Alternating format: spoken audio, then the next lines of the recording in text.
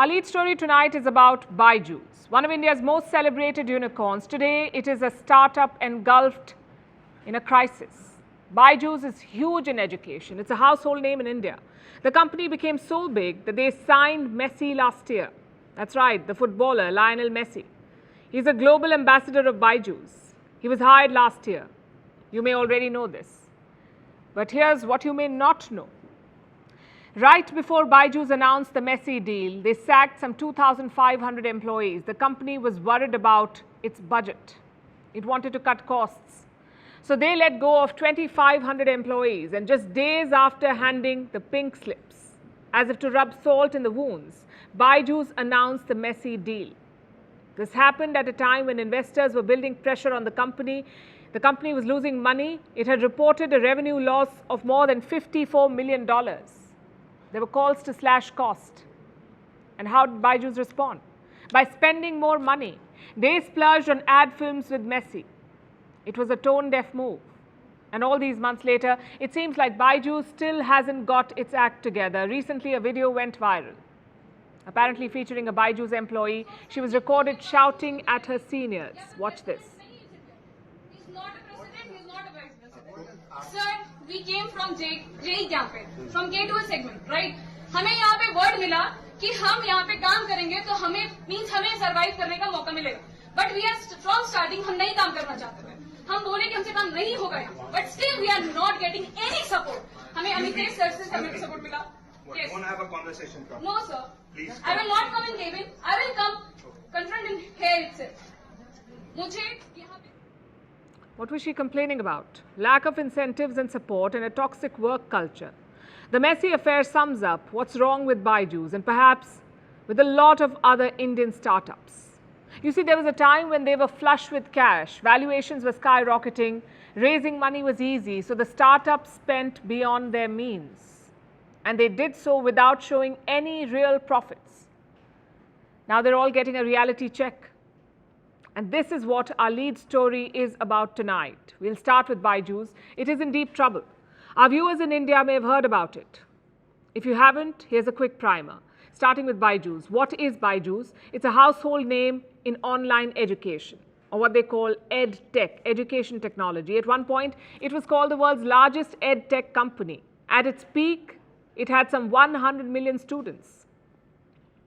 But today, BYJU'S seems to be struggling to survive. It's been making headlines for all the wrong reasons. Look at the latest one. There are allegations of foreign exchange violations. BYJU'S is being probed for this. In the month of April, the company was raided. Laptops were seized from the BYJU'S office in Bengaluru. And where was their chief executive? His name is Raveendran. Reports say he was sitting in Dubai, trying to save a fundraising deal. $1 billion were on the line, but the investors were nervous.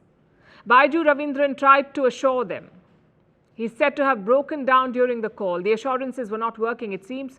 You see, BYJU'S faces a lot of legal trouble as well, not just in India, but overseas too. Lawsuits have been filed in America. There is a fight going on between BYJU'S and its American creditors. The creditors say the company is hiding cash. How much? At least $500 million. The creditors also say that BYJU'S defaulted on a loan, but they had the money to pay. And what is BYJU'S' defense? It says the allegations are incorrect. So the court battle continues, but there is more to it than bad loans. This year, the company's auditor, Deloitte, also quit. Why did they resign? Deloitte was concerned about BYJU'S' financials. It had asked for some statements, but it was not given those statements. The crisis snowballed. Then 3 independent directors stepped down. The company said this was a planned transition, but last month another director quit.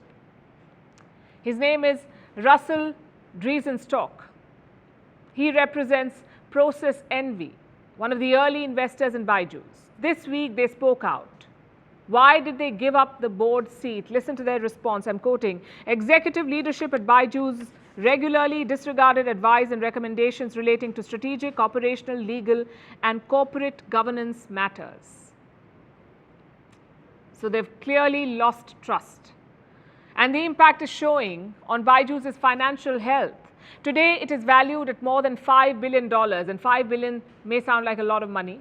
But last year, BYJU'S was worth a whopping $22 billion. So this is a drop from $22 billion to 5. It's a loss of more than 70%. Today, BYJU'S is just a shadow of what it once was. Fresh layoffs have been ordered. Reports say anywhere between 500 and 1,000 employees have been let go of. A few days ago, BYJU'S gave up its largest office space in Bengaluru. So there's clearly an effort to slash cost. And that's the story of most startups. 2022 was a turbulent year for them. I have some data. Last year, more than 2,400 startups shut shop in India, 2,400 companies. And some 25,000 workers lost their job. This year could be worse. We are still in the month of July, and close to 11,000 startup employees have already been laid off. What do you think is the reason behind this? The money has dried up. Startups are not getting cash. There is a funding squeeze. In the first quarter of 2023, startups in India raised just $2 billion. Funding has dropped by 75% from last year. And this lack of money is exposing the weaknesses in their business models. Because investors now want to see profitability. They're no longer relying on just valuations. They want to see sound balance sheets. So startups are in a rush to fix their books. They want to show how they can manage expenses. The quickest way to do that is to slash jobs, to fire employees. But is that the right way? Is that the best way?